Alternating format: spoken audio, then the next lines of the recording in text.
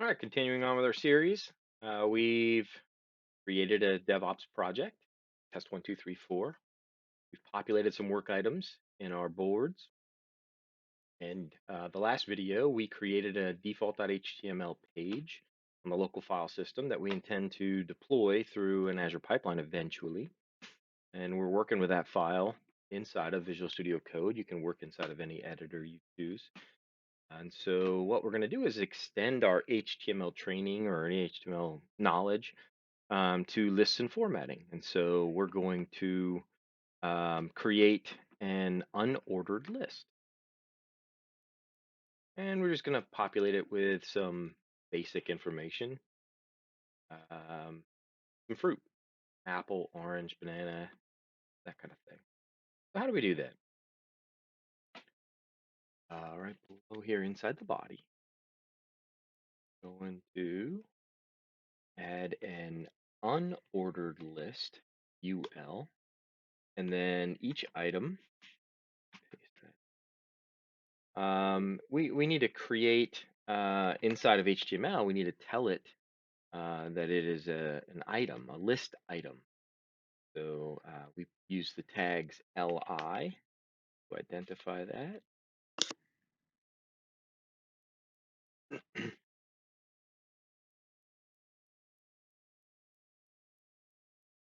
So I'm just going to try to format this a little bit.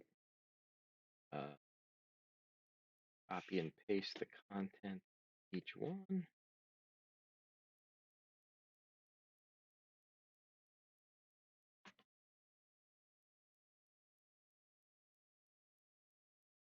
And then we'll see what it ends up looking like.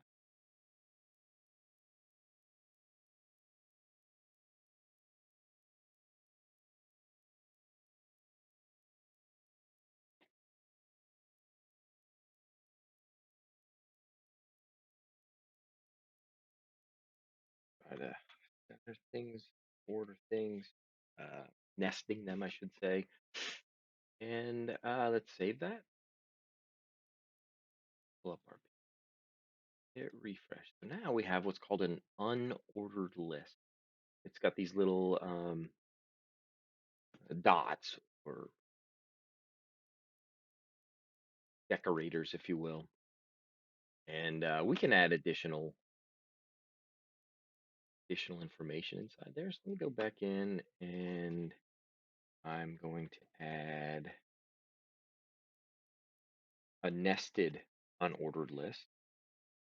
And I'm going to put Macintosh.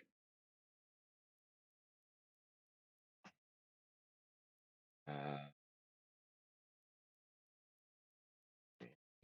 Smith. So if we save this and hit refresh, now we have a nested unordered list, and it recognizes that it's inside of an unordered list. So you've got a different dot because it's nested inside, and it automatically does. But you'll notice that we can do ID and class tags and specify titles and styles, and uh, the JavaScript constructs are there as well, where you can manipulate when somebody clicks on it or mouses down, mouse. All right, so that's an unordered list. There's no order to it, it's just content, just data. So next we're going to do an ordered list. And an ordered list, you'll see, actually has an order to it. So OL is the construct for that. Oh, I forgot. Let me go back to my backlog, mark this as complete. And now we're going to do an ordered list. Now we're just going to specify 1, 2. I'm not going to copy and paste that. Help.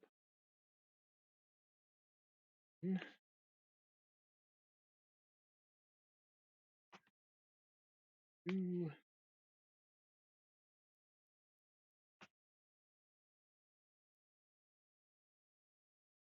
We save this ordered list, and now go refresh our page, and you can see that it puts 1, 2, and 3 in front of that automatically. I don't have to specify the numbers.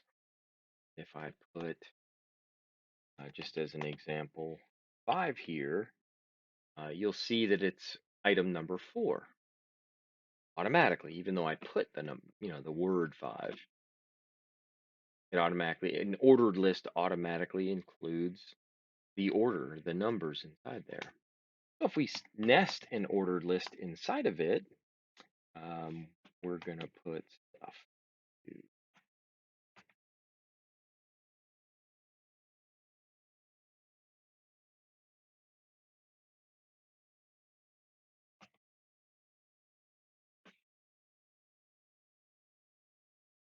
Save that, hit refresh. You see that it nests it, and so there's an indent, and then it just numbers it 1, 2, 3, 4 as you add content. Very simple. So we're going to mark that as complete. Next, we're going to do a table. So just a very simple table. So let's beyond the ordered list. We're going to put table. Puts the ending tag automatically. The way tables work is there are rows and columns. So you put in TR to create a row, and then the columns are table data definition. So we actually are going to start with a table header. And that's kind of the label at the top. So I'm going to put name on this first row, title,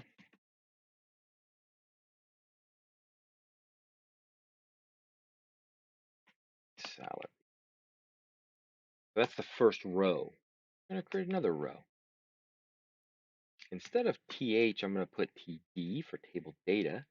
So you'll see that the table header is kind of highlighted and bold and centered and all that good stuff. I'm going to say him.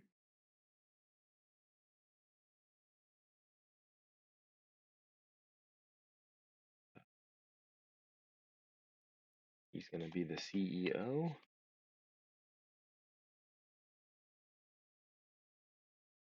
And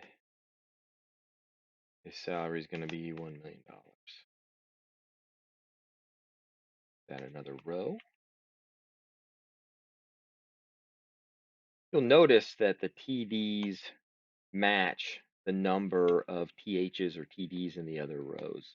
And if you get them out of whack, you'll see weird results. We'll do that here in a minute just to kind of show you. She is CIO. And because she's a woman, we're going to make her make $2 million.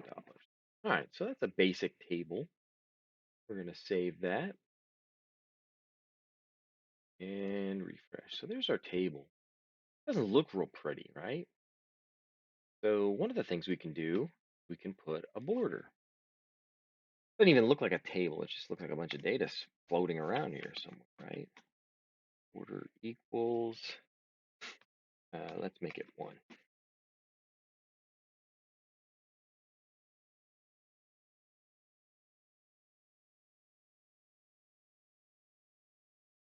Oops, I put that on the TR of the table. Default.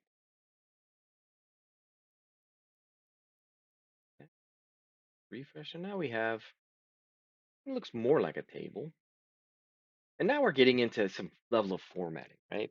I don't, we'll do a lot more of that later, but one of the things I want to do, let's see.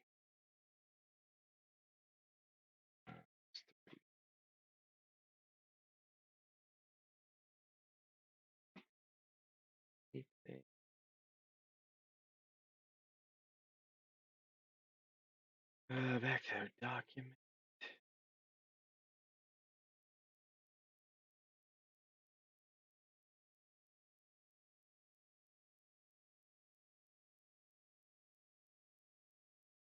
Table.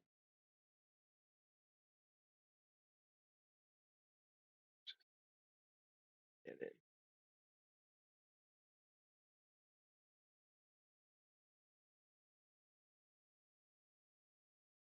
So this one has a lot more content, a lot more detail around it. Uh, Thought that there was a margin we could set.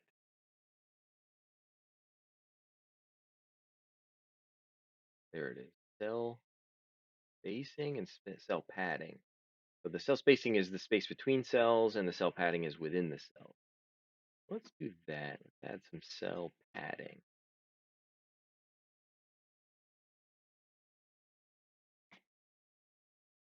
And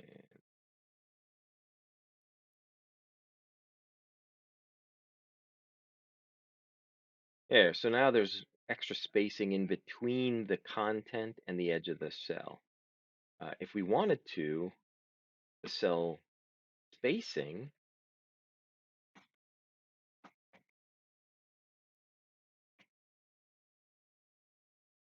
we're going to put 3 pixels in between each cell, and you'll see that it's going to expand inside of here. So it did do a whole lot. That kind of overemphasize what it looked like. And there you go. So now this is the cell spacing, and this is the cell padding inside the cell. So I'm going to remove that.